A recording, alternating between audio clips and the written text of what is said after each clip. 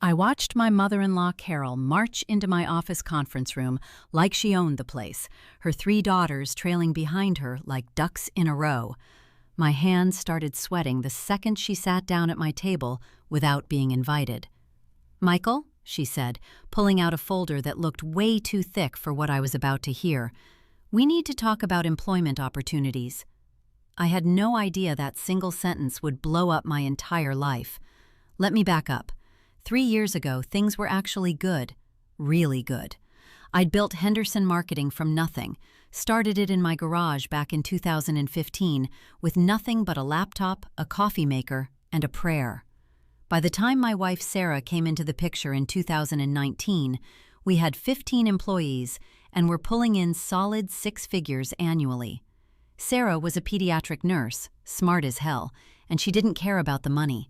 That's partly why I loved her. When we got married in 2021, my life felt complete. I had the woman, the business, the house in the suburbs with the white picket fence. The house was a 4-bedroom colonial in Westchester County, mortgage locked in at 3.2%. Sarah and I had painted the master bedroom this soft gray-blue color, and we'd spent every Saturday that summer planting flowers in the front beds. Roses, hydrangeas, those delicate little purple things whose names I could never remember. She'd laugh at me when I'd call them the purple ones instead of their actual names. We'd host dinner parties on the back patio, grilling steaks while our neighbors stopped by with wine and store-bought desserts. Life was the kind of comfortable where you stop thinking about it. You just wake up grateful. Sarah's parents lived about 40 minutes away down in Connecticut. Her dad, Richard, was a retired insurance executive, quiet and decent. But Carol was the kind of woman who needed to be the smartest person in every room. She'd had 3 daughters, Sarah, the oldest, then Jennifer, who was 34 and had never held a steady job, and finally Linda, who was 31 and worked part-time at a dental office. Nice women, all of them, but none of them had any real drive. Sarah always joked about being the responsible one of the family, the one who actually finished things she started. The business was my life's work. Every client was carefully vetted. Every campaign was built on strategy, not luck. I had a team I'd trained personally. Marcus handled design, Katie ran social media, David was my account manager. These were people I'd invested in, people I trusted. We had a real office space in Stamford, 3 stories, floor-to-ceiling windows, a kitchen where we actually cooked lunch together sometimes. That office was my sanctuary. Sarah knew how much the business meant to me, and she respected it. She never asked me to choose between her and work. She'd come by the office maybe once a month, bringing coffee and pastries, saying hi to the team. She belonged there because she got it. She understood that building something real meant long hours and stress and constant problem-solving. When I'd come home at 8 or 9 at night, exhausted and drained, she'd have dinner ready and would just let me decompress without making it weird. Then came that Tuesday in October. Sarah texted me around 4 in the afternoon. "My mom called. She wants to come by this weekend. Dinner at ours?" I said yes. I remember typing back, "Sounds good, I'll grill." That was all. No warning. No sign of what was coming. Carol called the office on Friday morning, asking if she could stop by before dinner. Said she wanted to see where Sarah worked. I thought it was sweet, actually. I gave her directions. I told my team, "Sarah's mom is stopping by, so keep the office looking professional." Everyone laughed because our office always looked professional. She showed up at 2:15, wearing a navy blazer and carrying that same thick folder. She walked past the reception desk without checking in, found me in my office, and sat down. She didn't smile. "Your business is doing very well," she said. It wasn't a question. "We're doing okay," I said. "Can I get you something to drink?" "I'm going to be direct because that's how I am," Carol said, opening the folder. Inside were printouts of our company website, our LinkedIn profiles, screenshots of our client list. Jennifer, Linda, and I have discussed this with Sarah, and Sarah agrees with me that this is a fair arrangement. My stomach started doing something weird. "What arrangement?" "You need to hire my daughters," Carol said. "Jennifer and Linda, immediately. Full-time positions, competitive salaries, benefits package, the whole thing." I actually laughed. I thought she was joking. Carol, I appreciate the suggestion, but hiring decisions are based on— This isn't a suggestion, Michael, she interrupted. This is what's going to happen. Jennifer can handle client relations. She's very personable. Linda can do administrative work. You clearly need help around here. With respect, I said, choosing my words carefully, I hire based on experience and fit. I don't have open positions that match their skill sets. Carol closed the folder slowly. Sarah told me you'd say that. She also told me you'd come around once you understood how important this is to the family. That's when the ice started forming in my chest. What does Sarah have to do with this? Everything, Carol said, standing up. She's your wife. Family means something. I'm sure once you think about it, you'll see that this is the right decision. She left my office without saying goodbye. I sat there for maybe 20 minutes, not moving, just staring at my desk. Then I called Sarah. Hey, babe, she answered. She was at work. I could hear the chaos of the pediatric ward behind her. Your mom just came by the office. There was a pause. A long one. Oh, yeah, she mentioned she might do that. Sarah, what the hell is going on? Another pause. Can we talk about this at home? I don't want to do this at work. We didn't talk about it at home. We didn't talk about it all weekend. Carol and Richard came for dinner on Saturday, and I grilled steaks and poured wine, and we all pretended nothing had happened. But something had shifted. I could feel it like a pressure in the room, invisible but heavy. By Sunday night, Sarah finally brought it up while we were cleaning the kitchen. My mom's really struggling financially, she said quietly, scrubbing a pan. She wants Jennifer and Linda to get stable jobs. She thinks if they work for you, they'll actually stick with something. Sarah, I can't hire people I don't need just because— I know it's not ideal, she said, still not looking at me, but she's my mom, and they're my sisters. So that means I have to compromise my business? She set down the pan. It means family helps family. That's all she's asking. That's when I should have pushed back harder. That's when I should have said no and meant it.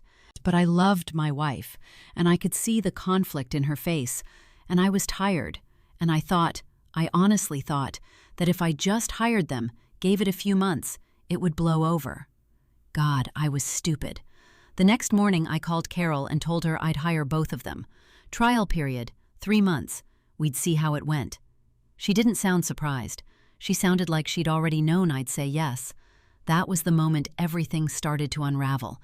I just didn't know how fast it would happen, or how far down it would go. Jennifer started on a Monday in November. She showed up in a white blazer that probably cost more than the monthly salary I'd assigned her, which was $28,000 a year, well above market rate for someone with zero experience. I'd set up a desk near Katie in the open office area. Katie looked at me like I'd lost my mind when I introduced them. Jennifer will be handling some client relations, I said, trying to sound professional and confident when I felt neither. Jennifer smiled and immediately started rearranging her desk setup. By Tuesday, she demanded a private office. By Wednesday, she was in my office, asking why she didn't have a parking space reserved with her name on it. Linda came in the following week. She was quieter than Jennifer, more apologetic about everything. She sat at the administrative station and mostly looked confused about where the filing cabinets were. I'd hired a temp to do actual administrative work, so Linda spent most days scrolling her phone while the temp handled everything.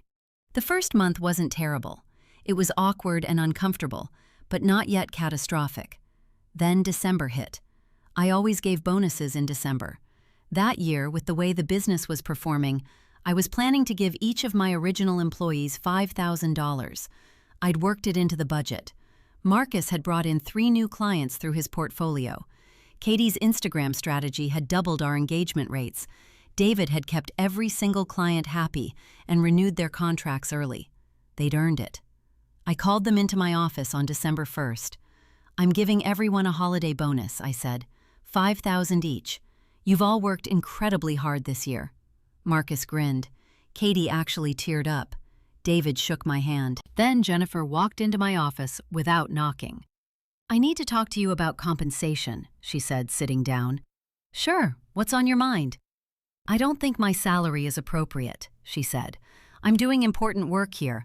Client relations is critical to this business. I think I should be making $45,000, at least. I took a breath. Jennifer, you've been here 4 weeks. You don't have any clients yet. You've mostly been shadowing Katie. That's because you haven't given me the opportunity, she said. But I'm ready, and I deserve more money. Let's revisit this in 6 months, I said, after you've proven yourself. She stood up. My mother said you'd say something like that. She also said I should remind you that Sarah is family.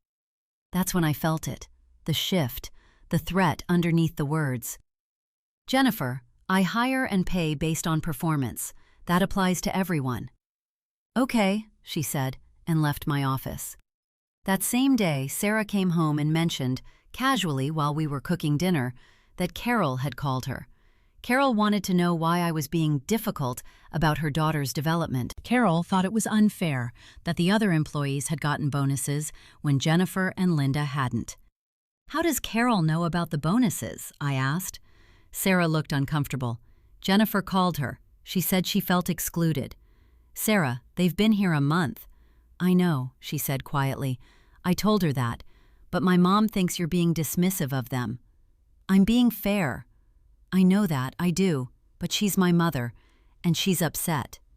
I didn't say anything. I just finished chopping the vegetables and threw them in the pan harder than necessary. Christmas that year felt different. Carol and Richard came to our house on December 23rd. Carol brought a casserole that was mostly mayonnaise and complained about the thermostat being set at 72 degrees. It's freezing in here, she said, wearing a sleeveless dress in December. Richard adjusted it to 75 without looking at me.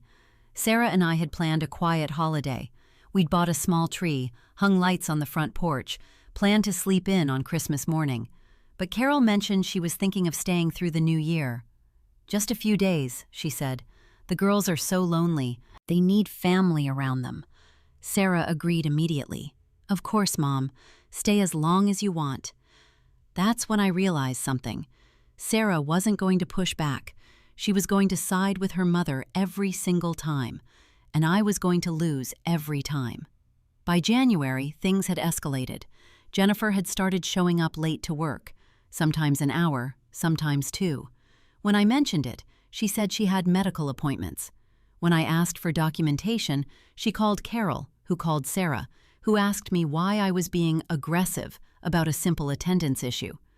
Linda had started eating lunch at her desk and leaving crumbs everywhere. The cleaning service complained. I asked her to eat in the break room. She told her mother I was treating her like a child. But the real explosion came in February. I was in a meeting with a major client when my assistant knocked on the door. Your wife's online too. She says it's an emergency. My heart jumped. I excused myself and took the call. What's wrong? Are you okay? I'm fine, Sarah said. But I need you to come home. My mom is here and we need to talk. Sarah, I'm in the middle of a client meeting. This is important, Michael. Please. I told the client I had a family emergency and drove home in 20 minutes, breaking at least 3 traffic laws. Sarah was sitting at the kitchen table with Carol, who looked like she'd been waiting for this exact moment her entire life. Sit down, Carol said, like it was her house. What's going on? I asked, staying standing. I've been thinking about the business structure, Carol said, pulling out another folder. This one was even thicker than the first. And I think there are some changes that need to be made. What kind of changes? Jennifer should be made a manager. Linda should have a more defined role with better benefits. And I think you should consider bringing in a business consultant to help you optimize your operations. Absolutely not, I said. Michael, Sarah said, her voice small and careful. Just listen. No, Sarah, no. This is my business. I've told your mother this multiple times. I will not be bullied into restructuring my company because— You're not being bullied, Carol interrupted. You're being asked to support your wife's family. By destroying my business? By hiring people who don't work? That's not support, Carol. That's sabotage. Those girls are my daughters, Carol said, standing up, and they deserve to be treated with respect. They are being treated with respect. They're being paid salaries they haven't earned. They have jobs they're not qualified for. What more do you want? I want you to understand that family comes first, Carol said, and if you can't figure that out, Sarah and I are going to have a conversation about her future." The words hung in the air like poison gas. "What the hell does that mean?" I asked.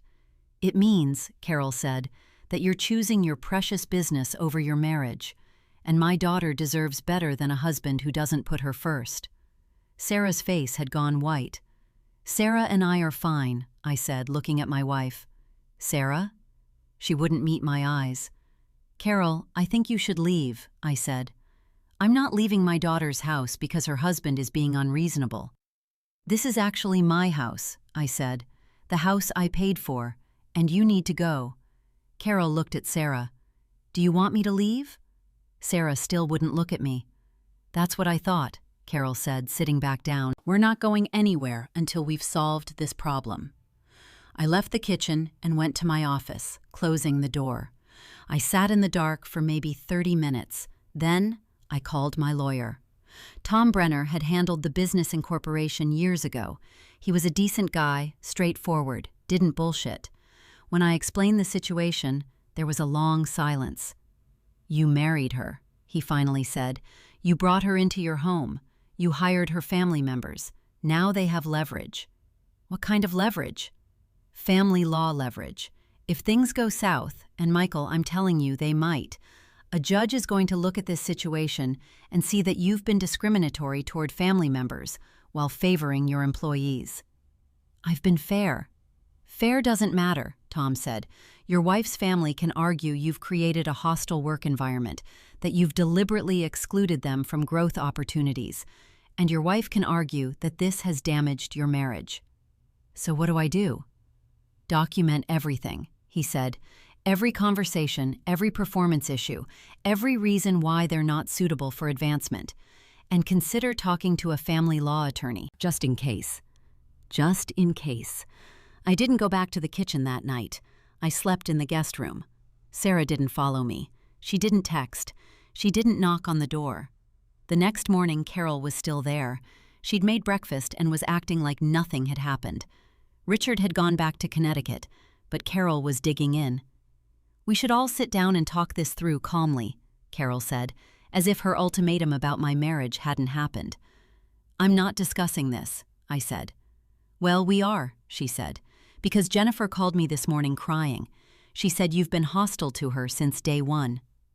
"Jennifer is late to work half the time and has caused nothing but problems." "She's adjusting," Carol said. "She has anxiety, she's sensitive. You need to be more understanding."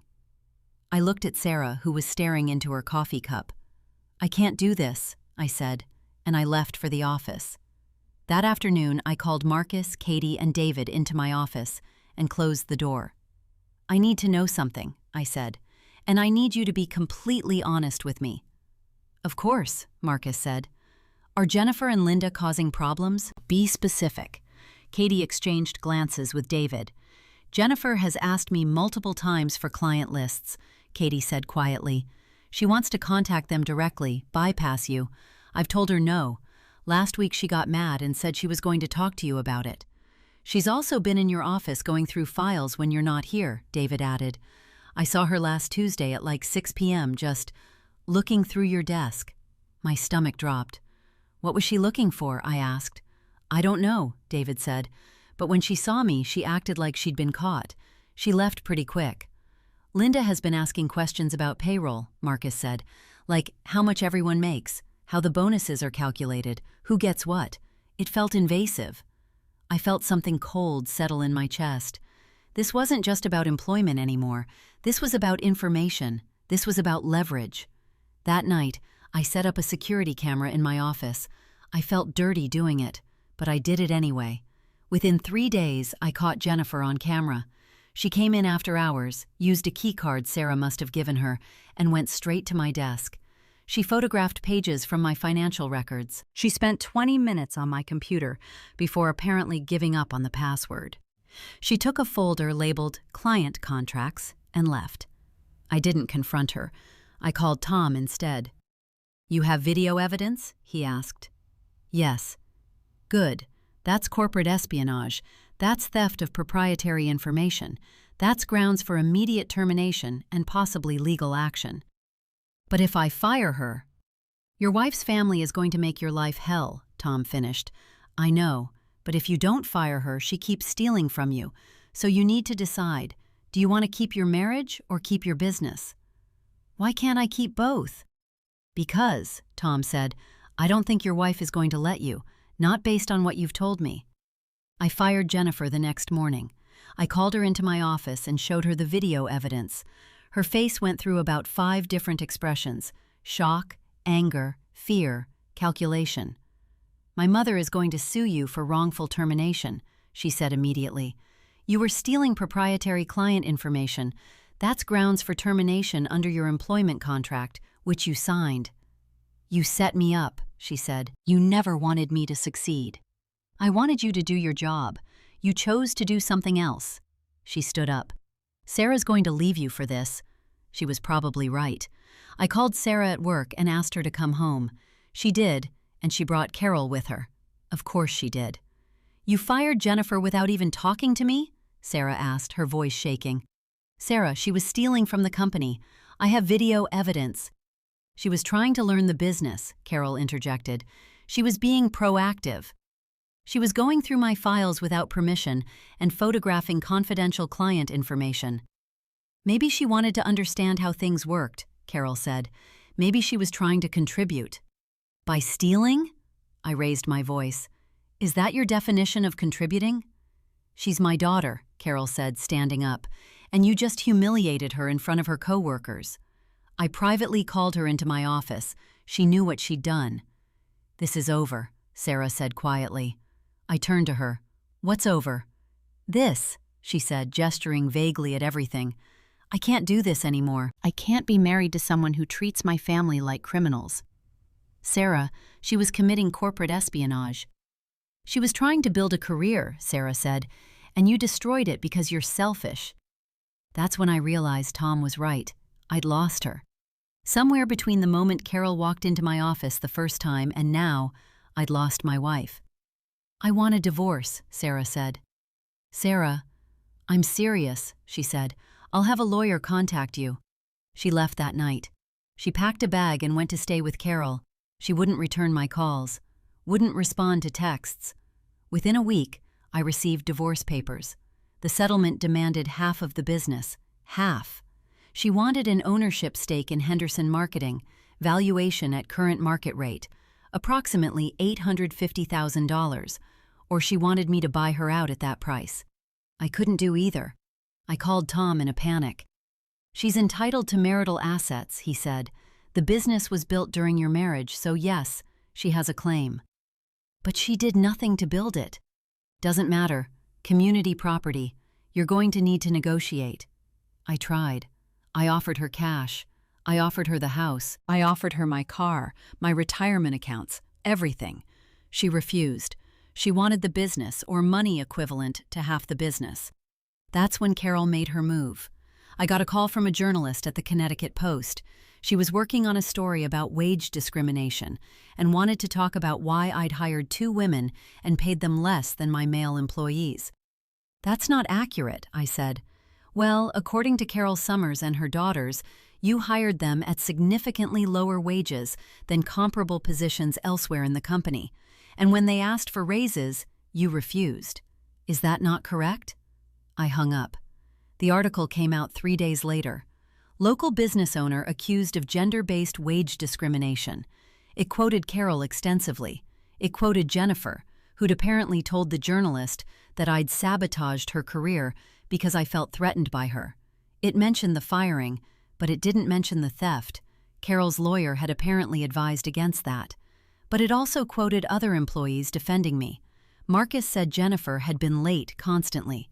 Katie said she'd been difficult. David said my management was fair. Tom, my lawyer, had advised me not to comment, so I looked guilty by my silence. My clients started getting nervous. 2 of them asked to meet with me to discuss leadership concerns. I had to convince them I wasn't some misogynistic corporate villain. One of them actually dropped us. That's when I realized something. Carol had orchestrated this perfectly. She'd gotten Jennifer to steal information, knowing I'd have to fire her. She'd positioned it publicly as discrimination. She'd used the media to damage my business reputation, and now my wife was using it as leverage in the divorce. Sarah's lawyer sent a revised settlement. She now wanted 60% of the business, citing the public scandal I'd created and the damage to her emotional well-being. I was being destroyed, not quickly but methodically, like watching a building being dismantled floor by floor. I called Tom. I need to fight this. I need to prove what really happened. With what evidence? He asked. I told him about the video, about Jennifer photographing the files, about everything. That helps, he said. But Michael, listen to me. You can win this case. You can prove Jennifer committed theft. You can probably get the wrongful termination claims dismissed. But it's going to cost you $150,000 in legal fees, minimum. It's going to take 18 months. It's going to destroy what's left of your relationship with Sarah. And even if you win, you'll still owe her something.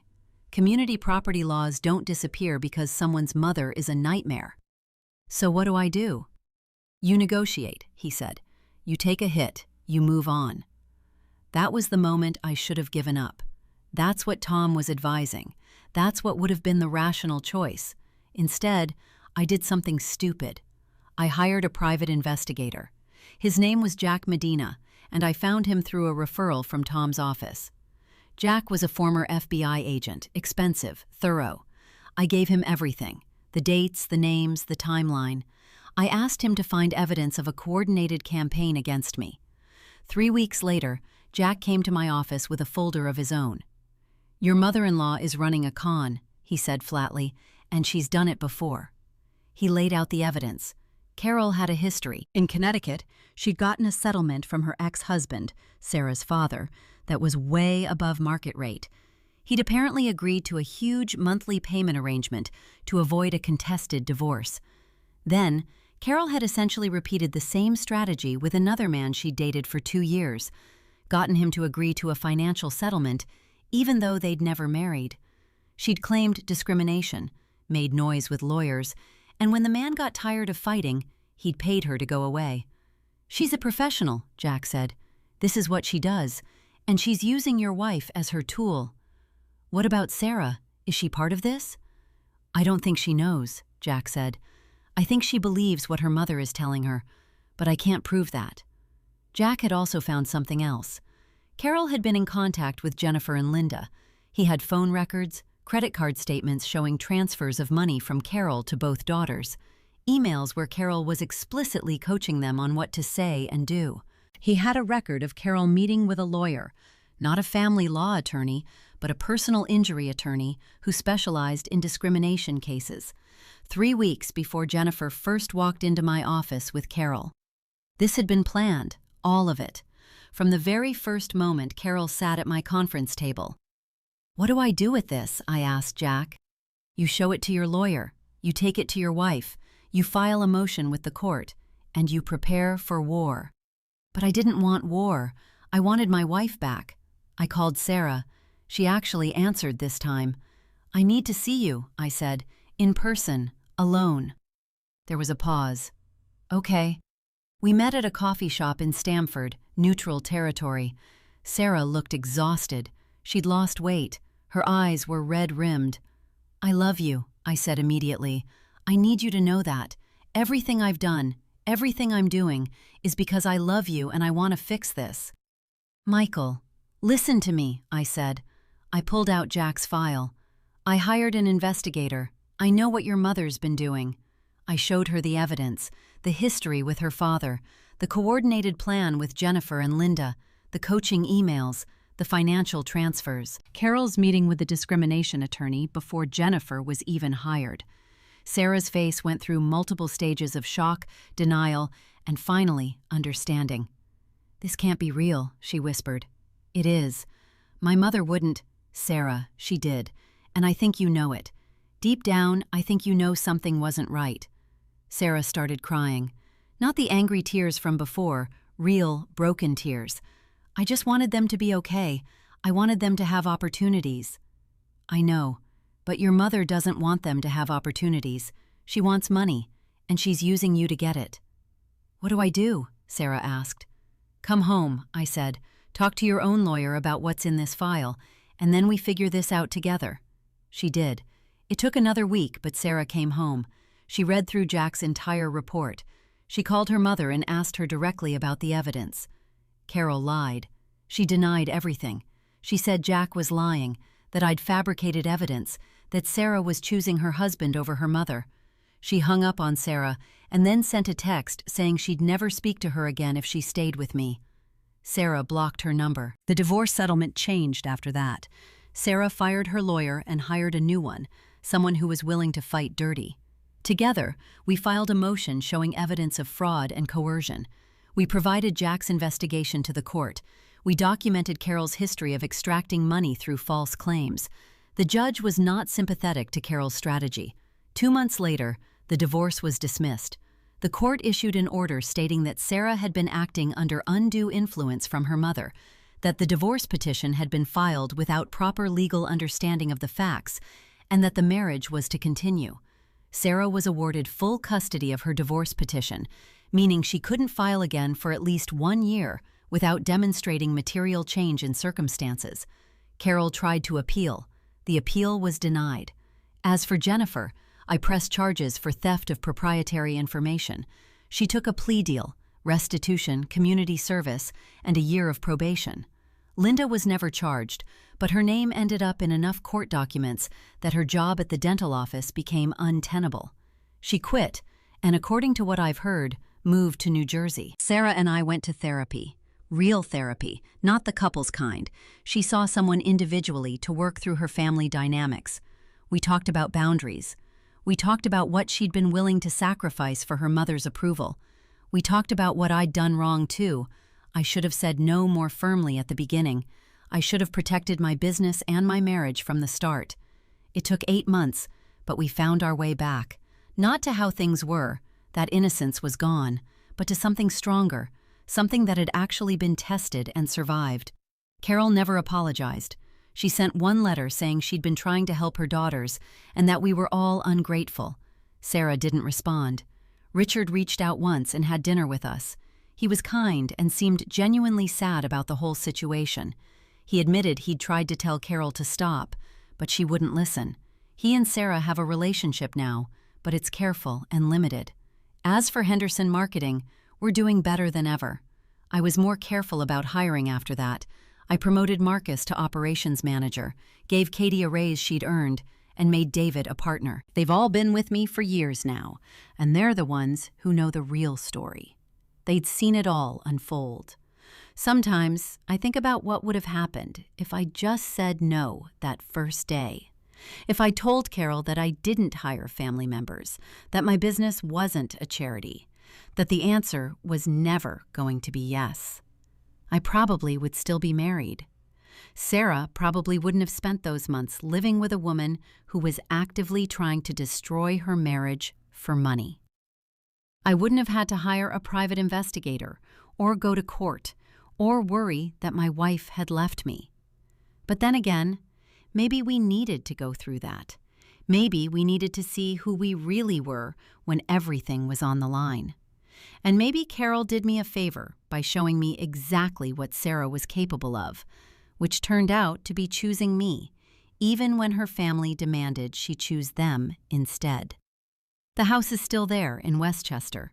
We're still planting flowers every spring. The purple ones that Sarah has to remind me are called petunias. Life is good again. But it's the kind of good that knows it could have been destroyed and chose not to let that happen. That's different. That's harder. That's real.